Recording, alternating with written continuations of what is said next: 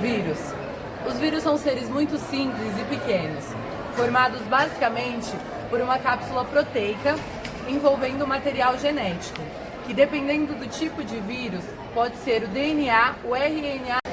A estrutura celular das plantas só tem suas características a partir da diferenciação celular, que tem como papel organizar e diferenciar a estrutura celular de uma planta para outra.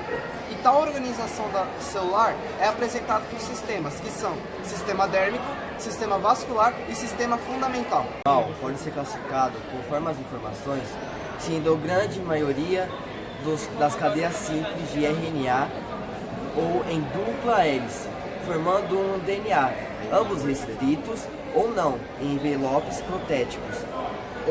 Ao informar as células animais, os vírus penetram tanto no seu ácido nucleico quanto com sua cápsula, liberando DNA ou RNA no interior do hospedeiro. Vacinas. Seu principal objetivo é desencadear a imunização ativa. Na vacinação é introduzidas formas atenuadas do vírus ou de toxinas num indivíduo sadio, de modo que estimule o corpo a produzir anticorpos.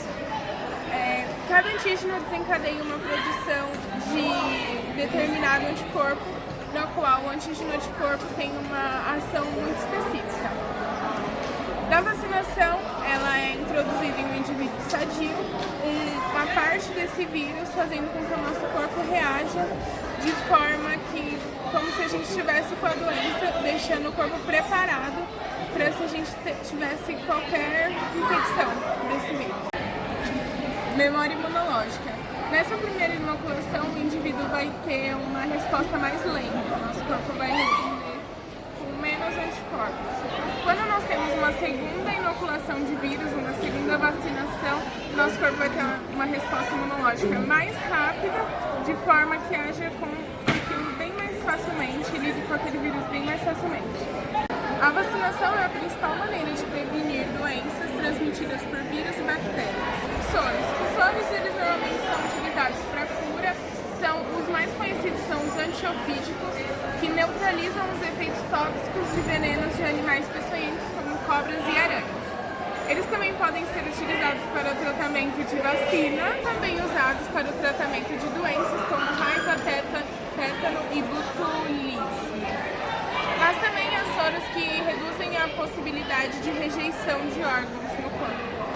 Para a produção desse soro, normalmente é inoculado no cavalo o vírus, que causa uma hiperimunização para a retirada desse soro. Ele é retirado do sangue do cavalo, separado o plasma do sangue, que fica onde está localizada a maior parte desse...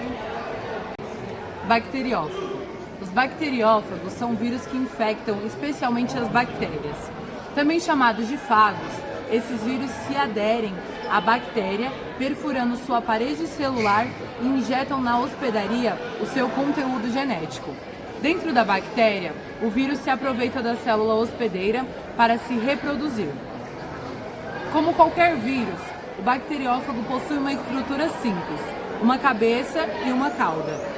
A cabeça, ou capsídeo, é constituída de material proteico e no seu interior está o conteúdo genético do fago, a molécula de ácido nucleico, que no caso dos fagos é o DNA.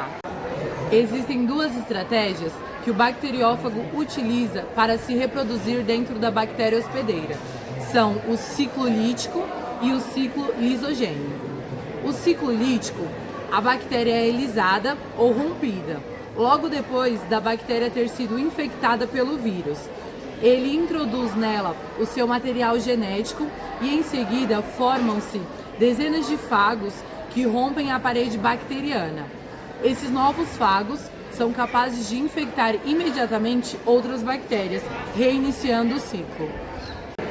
Ciclo lisogênico. É basicamente o material genético do bacteriófago que é incorporado ao material genético da bactéria hospedeira, sendo chamado de provírus.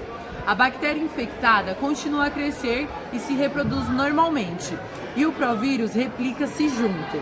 Com isso, todas as bactérias que foram originadas da célula-mãe infectada ajudam na proliferação do provírus. A qualquer momento em que seja necessário, o provírus pode se separar do cromossomo bacteriano e destruir a célula hospedeira, e por isso se chama lisogênico. As principais doenças que ocorrem no Brasil é a tuberculose, malária e a dengue. De acordo com o Ministério da Saúde, elas e a sífilis, gonorreia e HPV e AIDS afetam grande parte da população brasileira, principalmente os jovens da nossa idade e os adultos. A tuberculose é transmissível de forma aérea, com tosse, espirros e fala. Seus sintomas são febre alta, tosses por mais de 2 semanas, grande produção de catarro, cansaço e dores no peito. A malária tem quase os mesmos sintomas que elas, além dos calafrios, suor em grandes quantidades, dores na cabeça e vômitos frequentes. Ela é transmissível através da picada da fêmea do mosquito, do gênero Anopheles. A dengue também é transmissível através da picada do mosquito Aedes aegypti. Os sintomas também são semelhantes a todas as anteriores. Febres, dores de cabeça e no corpo, perda de apetite, vômitos frequentes, dores nos olhos e em toda a parte do corpo. Ela também causa muitas manchas, principalmente no tórax e nas partes... Sífilis, formas de transmissões, através de relações sexuais sem preservativos, mãe para o filho e através de transfusões de sangue. Sintomas e sinais. Fase 1, pequenas feridas na região do genital. Fase 2, manchas vermelhas na pele, dor e febre. Fase 3, comprometimento do sistema do corpo. Gonorreia, forma de transmissão. Relações sexuais sem preservativos. Sinais e sintomas. Inflamação local, infecção, dor ou ardor ao urinar e na saída da secreção purulenta através da uretra. Clamídia, forma de transmissão. Relações sexuais sem preservativos e de mãe para o filho. Sinais e sintomas. Infecção que pode ser assintomática. Sintomas: dor ou ardor ao urinar e no aumento do número de microinjeções. Presença de secreção. HPV é uma infecção causada por um grupo de vírus que atinge a pele e na região genital e oral.